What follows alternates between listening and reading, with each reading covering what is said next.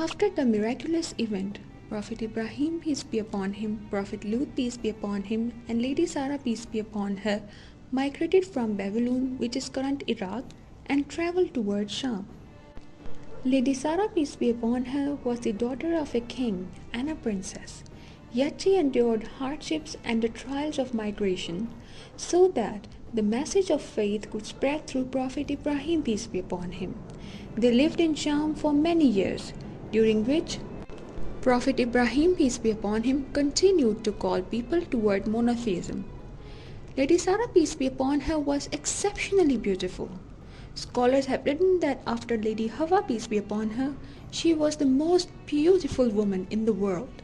Some narrations mention that Lady Hawa, peace be upon her, didn't experience menstruation since she was created in paradise, and she remained youthful throughout her life. Lady Sarah, peace be upon her, was considered the most stunning woman after Lady Hawa, peace be upon her. According to scholars, Prophet Yusuf, peace be upon him, inherited his extraordinary beauty from his great-grandmother, Lady Sarah, peace be upon her.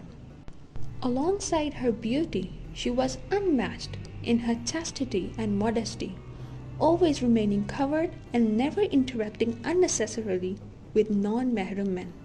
Then, once again, Allah commanded Prophet Ibrahim, peace be upon him, to migrate, and he set off toward Egypt with his family.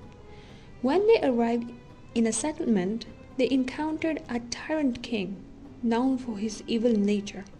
His custom was to seize any beautiful woman brought before him. If she was unmarried, he would take her by force. If she was married, he would kill her husband and claim her for himself. The king sent a message to Prophet Ibrahim, peace be upon him, asking, "Who is the woman with you?" Prophet Ibrahim, peace be upon him, replied, "She is my sister."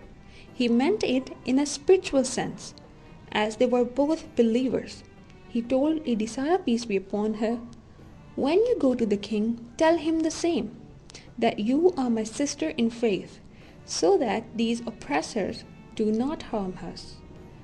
As Lady Sarah, peace be upon her, was taken to the king, Prophet Ibrahim, peace be upon him, turned to prayer, seeking Allah's protection. He pleaded, "O Allah, save my family from the wicked intentions of this disbeliever." When Lady Sarah, peace be upon her, entered the king's chamber, he advanced toward her with evil intentions. She immediately performed ablution and started praying, calling upon Allah. "O Lord of the worlds, you know that I always protected my chastity, never allowing any man near me except my husband. I have faith in you and your messenger. Protect my honor, and do not let this disbeliever overpower me." Her prayer was answered instantly. The tyrant found himself paralyzed, his leg sinking into the ground. Seeing this, Lady Sarah, peace be upon her, again supplicated, "O Allah, if this man dies, people will blame me for his death."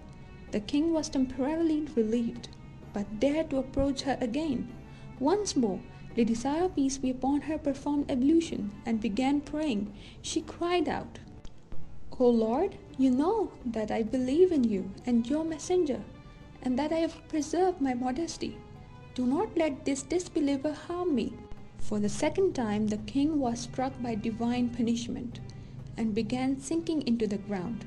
Every time he attempted to harm her, Lady Sarah, peace be upon her, turned to prayer, and Allah protected her, as Quran states in Surah Baqarah, verse 153. "O you who believe, seek help through patience and prayer." After repeated failed attempts, the terrified king finally cried out, "You have brought a demon to me." He ordered his servants to release Lady Sarah, peace be upon her, and as a gesture of compensation, gifted her his own daughter, Lady Hajra, peace be upon her, as a servant. When Lady Sarah, peace be upon her, returned to Prophet Ibrahim, peace be upon him, she said, "O Prophet of Allah, do you know how Allah foiled the schemes of disbelievers?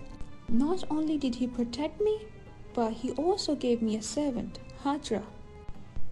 Imam Ibn Kasir rahmatullah alayhi narrates that some scholars believe Allah removed all barriers between Prophet Ibrahim, peace be upon him, and Lady Sarah, peace be upon her, allowing him to witness everything that transpired in the king's chamber. This divine vision ensured his heart remained at peace, knowing that Allah had safeguarded her honor. Lady Sarah, peace be upon her, was not only the most beautiful woman of her time, but also a woman of unparalleled faith and modesty. Her unwavering trust in Allah turned her into a symbol of purity and strength. But this was not the end of her journey. What came next in her life? Stay tuned to find out.